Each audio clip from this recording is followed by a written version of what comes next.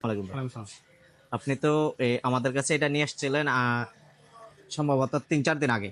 জি, জি, এ, আপনার একটা সাউন্ড করতো, নয়েজ করতো, গাড়ি যখন ৭০-৮০ কিংবা ৬০-এর উপরে যাইতো, জি, জি, মারাত্মক লেভেলের একটা সাউন্ড জি, হইতো, জি, যেটার কারণে আপনি ভিতরে বসতে পারতেন না। জি, তো আপনি সম্ভবত অনেক জায়গাতেই দেখাইছেন, জি, অনেক জায়গা বলতে ২-৩টা জায়গাতেই জি, দেখাইছেন। বাংলাদেশের নাম করা জায়গাও একটা ছিল, জি, জি। ওই নাম না না না, না বলে বলে জি, ওইখান থেকে আপনাকে রেজাল্ট দিল যে গিয়ার বক্সের প্রবলেম আছে, চাকাতে কোনো সমস্যা নাই। জি, তা আমি আপনাকে বলছিলাম আমি 90% শিওর আপনার চাকাতেই জি, সমস্যা আমার কাছে যখন জি, জি, আসছেন, এবং চাকার কারণেই আর কি আপনার শব্দগুলি হচ্ছে, জি, গিয়ার বক্সের সমস্যা না।